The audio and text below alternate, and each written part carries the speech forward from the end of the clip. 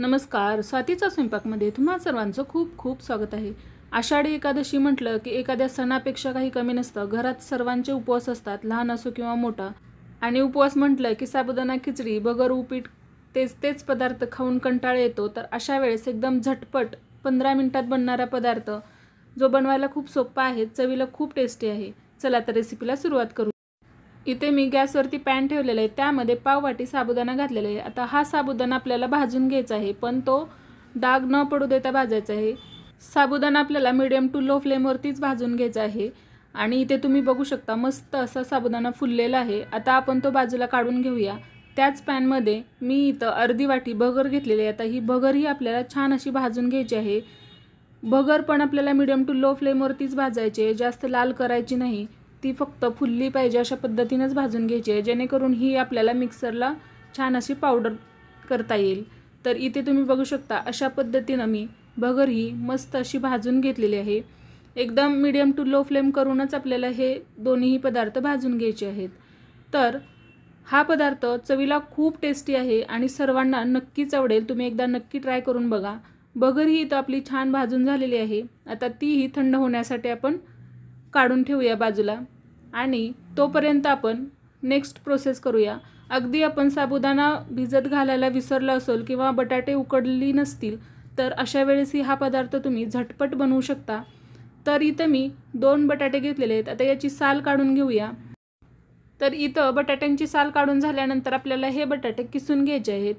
तर इथं मी हे बटाटे छान असे किसून घेते. आता बटाटे किसून झाल्यानंतर आपल्याला जो किस आहे तो पाण्यामध्ये 2 वेळा स्वच्छ धुवून घ्यायचा आहे. तर ही प्रोसेस करायची आहे नक्की. 2 वेळा छान असा किस धुवून घेतल्यानंतर आपण हे बाजूला काढून घेऊया पाण्यातून. आणि आता नेक्स्ट प्रोसेस करूया. तर इकडं मी जे आपण भगर आणि साबुदाणा भाजून ठेवलेला होता तोही छान असं थंड झालेला आहे. आता तो मिक्सरच्या भांड्यामध्ये काढून घेऊया आणि छान असा वाटून घ्यायचा आहे. याची पावडर बनवून घ्यायची आहे. तर इथं मी भगर आणि साबुदाण्याची पावडर बनवून घेतलेली आहे. बघू शकता मस्त अशी ही एकदम फाईन पावडर बनलेली आहे. मिक्सरला फिरवून घेतलेली आहे. अजिबात कुठेही मोठे साबुदाणा किंवा भगर अशी राहिलेली नाही आहे. तर मस्त अशी पावडर तयार झालेली आहे. इथं आपली सर्व बेसिक तयारी झाल्यानंतर आता आपण पीठ मळून घेऊया. तर इथं आपण बटाट्याचा किस 2 वेळा धुवून घेतलेला होता, तो एका ताटामध्ये काढून घेऊया. आणि त्यासोबत 1 चमचा हिरवी आणि लाल मिरची मी एकत्र कुटलेली होती तीही काढून घेतलेली आहे. त्यासोबतच आपण साबुदाणा आणि भगर जी मिक्सरला फिरवून घेतलेली पावडर बनवून घेतलेली तीही यामध्ये घालून घेऊया. इथं मी अजून चव वाढण्यासाठी 2 चमचे दही घालून घेणार आहे. यामुळे खूप छान लागतो हा पदार्थ. आता चवीनुसार मीठ घालून घेऊया आणि यामध्ये भाजलेल्या शेंगदाण्याचं कूटही घालून घ्यायचं आहे.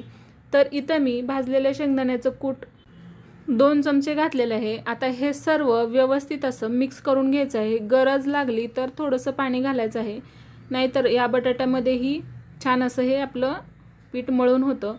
मला इथं थोडीशी गरज लागली म्हणून मी थोडं पाणी घेतलेलं आहे. एकदम पाणी नाही घालायचं, थोडं थोडं पाणी घालून हे थोडंसं घट्टसर असंच पीठ मळून घ्यायचं आहे. तर आज आपण एकदम झटपट बनणारा, चवीला खूप टेस्टी असणारा आणि सर्वांना नक्की आवडेल असा हा पदार्थ म्हणजे उपवासाचा पराठा बनवत आहोत. तर इथं मी सर्व पीठ छान असं मळून घेतलेलं आहे. आता हे पीठ आपल्याला 10 मिनिटासाठी भिजत ठेवायचं आहे. 10 मिनिटानंतर इथे तुम्ही बघू शकता छान असं आपलं हे पीठ भिजलेलं आहे. आता याला एखादा मिनिट मळून घेऊया आणि आपला पराठा बनवायला सुरू करूयात. तर इथे तुम्ही बघू शकता अशा पद्धतीने मी त्या पिठातील एक छोटासा गोळा काढून घेतलेला आहे आणि हा आपल्याला डायरेक्ट तव्यावरतीच थापून घ्यायचा आहे. तर इकडं मी पॅन गरम करायला ठेवलेला आहे. त्यामध्ये तूप घालून घेतलेलं आहे चमचाभर. तुम्ही हवं तर तेलही वापरू शकता. आता यावरती हा गोळा ठेवायचा आहे आणि याला प्रेस करायचा आहे. हाताला थोडंसं पाणी लावून घ्यायचं आहे आणि परत हा गोळा पसरवत याचा इथे तुम्ही बघू शकतो अशा पद्धतीनं आपल्याला पराठा बनवून घ्यायचा आहे. तर तुम्ही इथं धपाट्याप्रमाणे कपड्यावरती थापूनही बनवू शकता, पण मी इथं डायरेक्टच अशा पद्धतीने बनवलेला आहे. आता यावरती थोडंसं तूप सोडून घेऊया आणि हा पराठा दोन्हीही बाजूनी छान असा भाजून घ्यायचा आहे. गॅसची फ्लेम मीडियम टू लोच ठेवून हा पराठा खमंग खरपूस होईपर्यंत आपल्याला भाजून घ्यायचा आहे. तर तुम्ही बघू शकता किती झटपट हा पराठा बनतो. अगदी साबुदाणा भिजत घालायला विसरले असेल किंवा बटाटे उकडलेले नसतील तर अशा वेळेस हा पराठा तुम्ही नक्की ट्राय करू शकता. हा पराठा दह्यासोबत खूप टेस्टी लागतो. लहानांपासून मोठ्यांना नक्कीच आवडेल. तुम्ही एकदा नक्की ट्राय करा. आवडली असेल ही रेसिपी तर लाईक करा, शेअर करा आणि सबस्क्राईब करा. सोबतच बेल बटन दाबायलाही विसरू नका. रेसिपी पाहिल्याबद्दल धन्यवाद.